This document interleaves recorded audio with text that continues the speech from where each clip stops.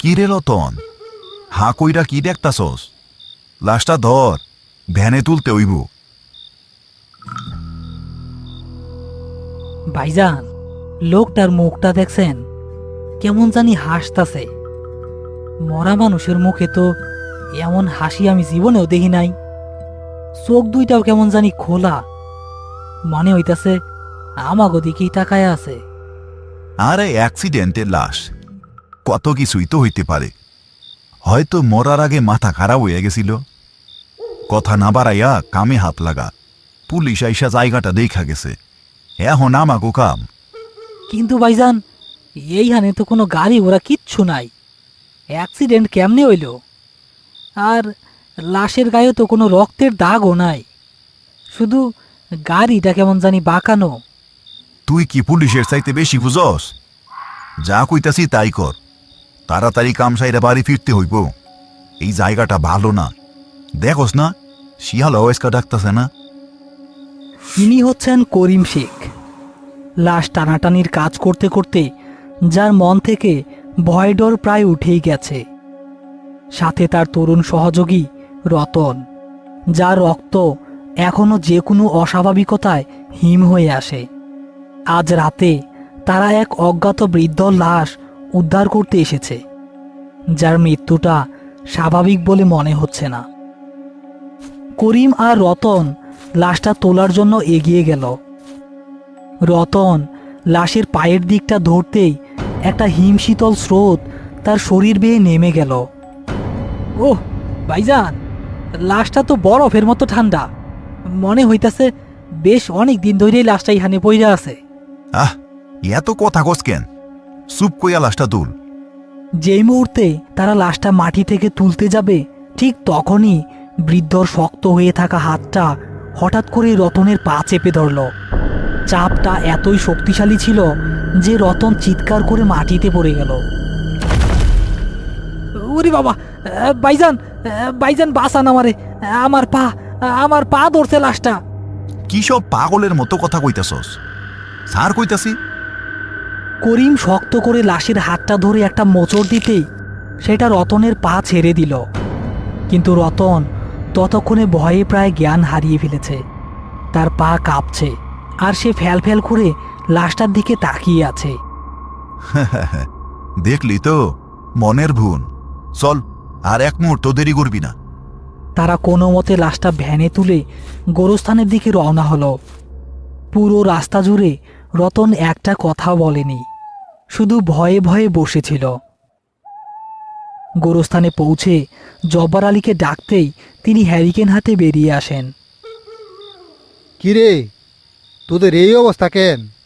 আজকা আবার কার পাল্লায় পড়লি? আর কইয়েন না জব্বর ভাই, এক বুইড়ার লাশ মেজাজটাই খারাপ করাইয়া দিছে। তারা লাশটা ভ্যান থেকে নামিয়ে ভেতরে নিয়ে গেল, কিন্তু কবর খোঁড়ার সময় ঘটল আরেক অঘটন। করিম আর রতন যেখানে কোদাল মারছে, ঠিক সেখানে মাটিটা যেন পাথরের মতো শক্ত হয়ে আছে। কোদাল মাটিতে কিছুতেই ঢুকছে না, বরং টং করে শব্দ করে ছিটকে ফিরে আসছে। ভাইজান, এইখানে তো মনে হয় কবর খোঁড়া যাইব না, মাটি তো পুরা পাথর হয়ে আছে। আজব তো, কয়দিন আগেই তো এই পাশেই একটা দাফন করলাম, তখন তো মাটি নরমই আছিল। করিম, আমার মনে হইতাছে লাশটা এখানে দাফন হইতে চায় না। এই লাশ কোনো সাধারণ লাশ না, এর মধ্যে কোনো শয়তানি আছে। জব্বার আলীর কথা শেষ হতে না হতেই চারপাশের বাঁশবন থেকে একযোগে অট্টহাসির শব্দ ভেসে আসতে শুরু করলো। হাসিটা তীক্ষ্ণ এবং কর্কশ, যেন শত শত অদৃশ্য সত্তা তাদের দেখে উপহাস করছে। রতন ভয়ে জব্বার আলীর পেছনে গিয়ে লুকালো। এই কেডা রে? কেডা হাসে ওইখানে? সাহস থাকলে সামনে আয়। করিমের চিৎকারে হাসিটা থেমে গেল, কিন্তু পরিবেশটা আরও ভারী হয়ে উঠেছে। হঠাৎ করেই তারা দেখতে পেল লাশের শরীর থেকে ধোঁয়ার মতো একটা কালো ছায়া বেরিয়ে এসে বাতাসে মিলিয়ে গেল। আস্তাক ফিরুল্লাহ, কাম ছাড়ছে, যা করার তাড়াতাড়ি করো, অন্য জায়গায় কবর খুঁড়ো। এবার তারা কিছুটা দূরে আরেকটা কবর খুঁড়তে শুরু করলো এবং আশ্চর্যের বিষয়, সেখানকার মাটি একদম স্বাভাবিক। তারা দ্রুত কবর খুঁড়ে দোয়া দুরুদ না পড়ে লাশটা কোনো মতে মাটি চাপা দিয়ে সেখান থেকে বেরিয়ে এলো।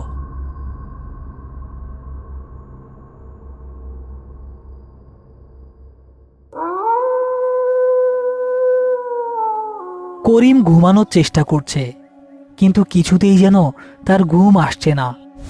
বৃদ্ধর সেই হাসি আর রতনের ভয় পাওয়া মুখটা তার চোখের সামনে ভাসছে। হঠাৎ করেই সে তার ঘরের দরজায় টোকা দেওয়ার শব্দ শুনতে পেল। হ্যাঁ, এত রাইতে কে দা? এই কে? দরজায় করা না রেখে? বাইরে থেকে কোনো উত্তর এলো না, কিন্তু টোকা দেওয়ার শব্দটা আসতেই থাকলো। করিম বিরক্ত হয়ে দরজা খুলতেই দেখল বাইরে কেউ নেই, শুধু উঠানে একটা ভেজা পায়ের ছাপ তার দরজা পর্যন্ত এসে আবার মিলিয়ে গেছে। করিম সজোরে দরজাটা বন্ধ করে দিয়ে বিছানায় আসতেই শুনতে পেল ঘরের ভেতরেই কেউ একজন ফিসফিস করে কথা বলছে। কণ্ঠটা বৃদ্ধ এবং ফ্যাসফ্যাসে। করিম, তুই আমারে ভুল জায়গায় কবর দিছস। আমার কাম এখনো বাকি। হ্যাঁ, কে? কে আমার ঘরে? কথা বলে কে? করিম হ্যারিকেনের আলোটা জ্বালতেই দেখল ঘরের কোণে রাখা তার কোদালটা নিজে থেকেই অল্প অল্প করে কাঁপছে।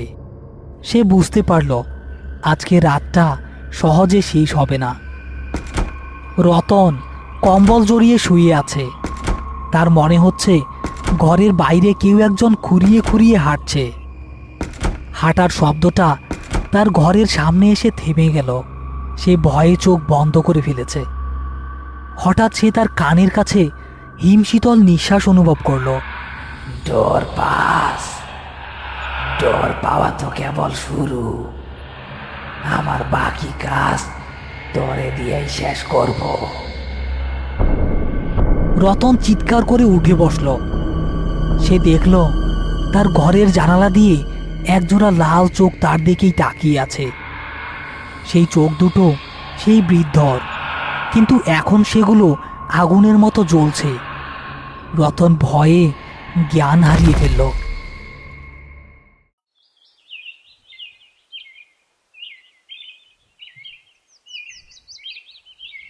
আহ আহ আমারে ছাড়ো, আমারে ছাড়ো, আমি পারবো না, আমারে ছাড়ো। রতন, রতন, কি হইছে তোর? কার লোকে কথা হইতেছস? উঠ। ভাইজান, ওই বুইরা আমারে ছাড়বো না ভাইজান। ও আমারে দিয়া কি জানি করাইতে চায়। কাল রাইতে আমার ঘরে আইছিল। আমি আগেই কইছিলাম এটা ভালো লক্ষণ না। ওই বুইরা নিঘাত কোনো কালো জাদুর সাধক আছিল। মরার আগে হয়তো তার কোনো সাধনা বাকি আছিল। অহন সেই অতৃপ্ত আত্মা তোমারে মাধ্যম বানাইতে চায়। কিন্তু এখন উপায় কি? যেমনেই হোক রতন রে তো বাঁচাইতে হইব। একটাই উপায় আছে, ওই লাশ কবর থেকে তুলতে হইব। আর ওর সাথে নিশ্চয়ই এমন কিছু দাফন হইয়া গেছে যা ওই শয়তানরে শক্তি দিতেছে। ওই জিনিসটা নষ্ট করতে পারলেই সব শেষ। করিম আর জব্বার আলী একটা ভয়ঙ্কর সিদ্ধান্ত নেয়। তারা ঠিক করে আজ রাতেই তারা কবরটা খুঁড়বে। আকাশ ভেঙে বৃষ্টি নেমেছে। বিদ্যুৎ চমকানোর আলোয় গোরস্থানকে আরও ভয়ঙ্কর লাগছে। করিম আর জব্বার আলী মিলে কবরটা খুঁড়তে শুরু করেছে, কিন্তু তারা যত মাটি খুঁড়ছে কবর থেকে ততই তীব্র পচা গন্ধ আর গরম বাতাস বেরিয়ে আসতে থাকলো। জব্বার ভাই, আর একটু, কফিনটা দেখা যাইতেছে। তারা কফিনের ডালাটা খুলতেই ভেতরে যা দেখতে পেল তাতে তাদের রক্ত জমে গেল। ভেতরে কোনো লাশ নেই, কফিনটা একদম খালি।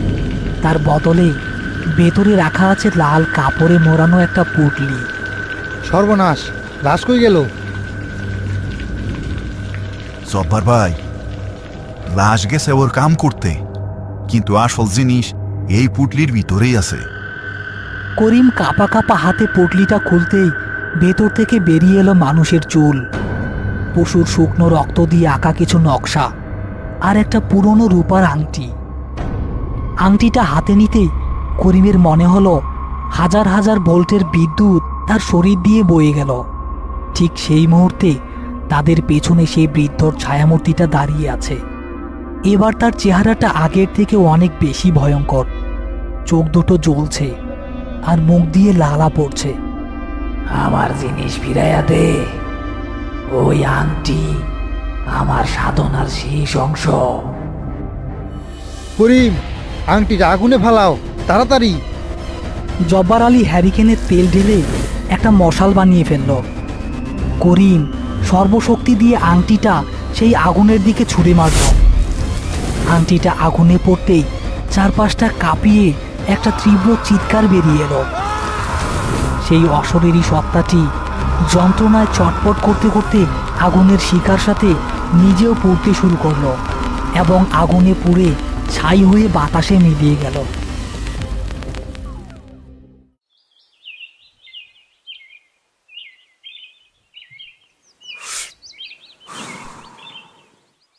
রতন এখন পুরোপুরি সুস্থ, তার গত রাতের কিছুই মনে নেই। করিম আর জব্বার আলী গোরস্থানের সেই পোড়া পুটলিটার ছাই মাটি চাপা দিয়ে দিয়েছে। বুঝলি রতন, সব লাশ দাফন হওয়ার জন্য আসে না, কিছু লাশ আসে দাফন করা মানুষগুলারে সাথে নিয়ে যাওয়ার জন্য। এইটার মানে কি ভাইজান? হ্যাঁ, কিছু না রে, চল আজকার কাম শুরু করতে হইব। করিম শেখ সেদিন বুঝে গিয়েছিল মৃত্যু সবসময় শেষ কথা বলে না। কিছু কিছু মৃত্যুর পর এক নতুন আরো ভয়ঙ্কর অধ্যায়ের শুরু হয়। সেই রাতের ডাক হয়তো থেমে গেছে, কিন্তু তার প্রতিধ্বনি করিমের কানে আজীবন বাজতে থাকবে।